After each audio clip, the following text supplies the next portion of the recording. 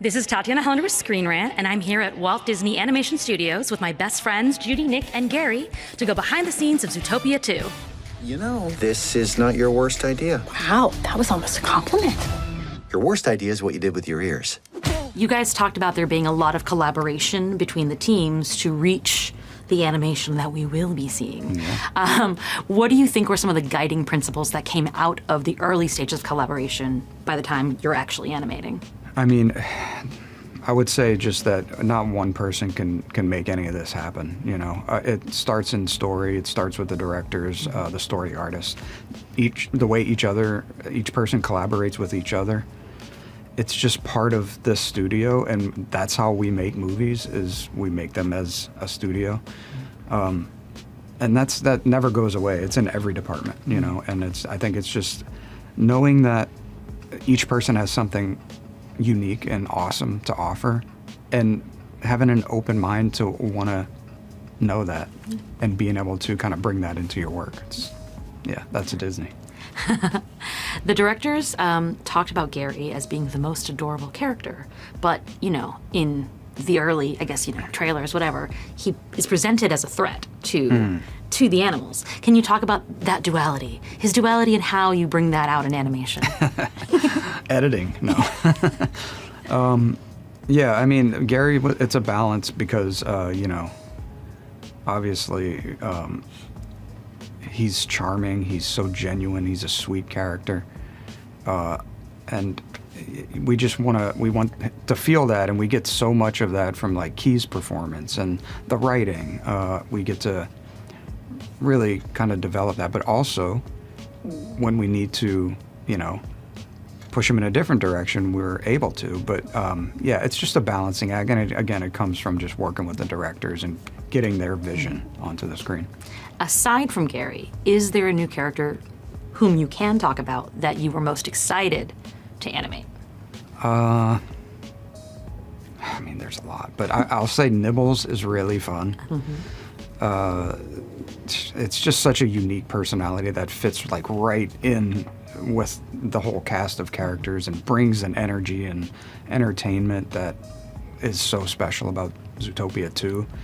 It's like the range of characters, and Nibbles, you know, again, Gary, it's amazing to have such a variety of personality and species, different animals that you can play with and explore, and that just like bring the whole world, make it that much bigger. Yeah. From all of the like animal research that was done in order to make the characters realistic, was there any animal fact that blew your mind? I mean, I didn't know snakes didn't have eyelids, you know. Because Disney lied to us. Hey, you know, we make different choices to make cartoon magic. But yeah, I mean, snakes don't have eyelids, but our characters need to blink. But we made it work. You know, it's a choice. Now, I know the directors, the producers said that they threw everything at the kitchen sink when they started. How big was that scope in the early screenings? Like, what seemed to be the most challenging aspect for you? The amount of characters. The directors just wanted this world to feel huge, which it should. It's Zootopia. It's so unique. The amount of different animals and characters to build and research and get right. It's like, okay, that's a lot of animals, that's a lot of characters, but you know, I think that's what makes Zootopia like what it is. It's just so much to look at and so much to enjoy, and just the vastness of the world. It's what Zootopia is and needs to be. Absolutely, absolutely. Now, I have a question about Mayor Wind Dancer. Everyone's like, it's like Fabio, but a horse. Yeah. Was that the plan all along? What was the idea about when you're first drawing Wind Dancer? You're like, what is he going to be? Who is he? He really popped off the paper like right away. I think everybody was like, I know who this guy needs to be. Action star. I don't know, you know, like leading man, romance novel. Ooh, I love it. You know, but yeah, I mean, again, his voice is so iconic, and Just he's so Disney, and I don't know. He's again Wind Dancer. He's another one of these characters just pops off the screen and his own personality. It's amazing. Yeah.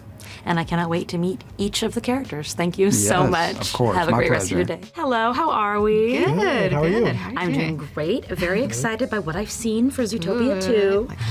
I know we are stepping into a whole new side of Zootopia, but it still has to exist within the same world. So did you guys have any guiding principles when you start to sketch out the new characters, how to make them live in Zootopia? Yeah, I think that definitely because the world of Zootopia is already so rich and so beloved by, fans of the first movie that we definitely want to honor that. And I think like with the new characters, there's some new challenges. And because especially in like Marsh Market, we have like pinnipeds, like sea lions, walruses that don't have legs, so it's like that's an interesting challenge where it's like, oh, okay, how do we make them fit into this world? And of course, reptiles, I think they're a huge part of the second film, and they have such unique characteristics that it's like, oh, okay, how can we play with like what they do that's unique, and then also like have it be even a surprise for the characters in the film, like Nick and Judy kind of going into the reptile speakeasy for the first time. It's a lot to absorb, but then how can we also keep it like, oh, they're just existing in the space, they're in a speakeasy, they're having some drinks, they're playing games and stuff. So it's a fun challenge, and I think it came out pretty cool. And every frame of this movie is so jam-packed with so many like little jokes and stuff. Like we'll see dailies or something from animation and it would just be like, whoa, they fit these little jokes in the background. And so every time you watch it, there's going to be something new and something like unique to see. And each of the new biomes and new characters and species we introduce, it's just so much fun and excited for everyone to see it. Now, there was like a whole new round of research in order to start working on these characters. Was there any animal fact you each learned, whether or not it made it into the movie, that you had no idea about before?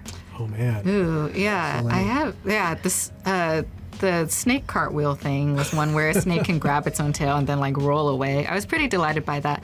I think also like, when we learned about snakes, there were so many different kinds of snakes with so many unique qualities. I think another one was there are snakes that can actually like fly, or they can actually launch themselves and like jump quite a distance. So they like can fly from like tree to tree. So that was pretty cool. Yeah, I mean, we did a whole presentation about snakes and stuff, and it was just like seeing all the different types of snakes and the eyelids thing, even just like learning about like how we were going to handle the eyelids. So I feel like just everything we learned about snakes I was kind of like blown away by. Yeah.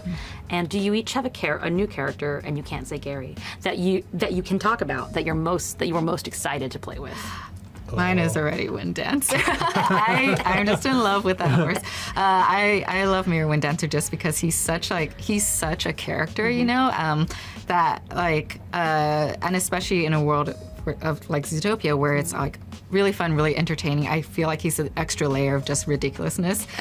So seeing this kind of like larger than life horse character being drawn into this mystery has been really great. And I just absolutely love Patrick Warburton. So being able to, for me, that's the perfect match of character and voice. And he really just brings that to life. So love Wind Dancer. Yeah, and I have a soft spot in my heart for the walrus because I play the voice of the walrus. So, which I don't think I've said yet, but it's like very, very soft spot in my heart for. I did lots of hey bubs. So. Did you know that when you were first like drawing out the story?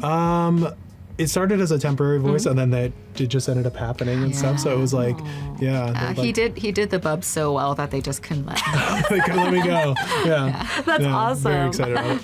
I know that they said that they like kitchen synced it at first. Oh, yeah. So like how widespread? What was the scope of the movie when you guys first started working on it? I mean, I think it always started as very ambitious because we knew that like in addition to expanding like the first Zootopia was already a mystery, but since now we're like we want to see new worlds, new characters, I think we like went big. We were like, how do we create this mystery that feels almost more global in the world of Zootopia?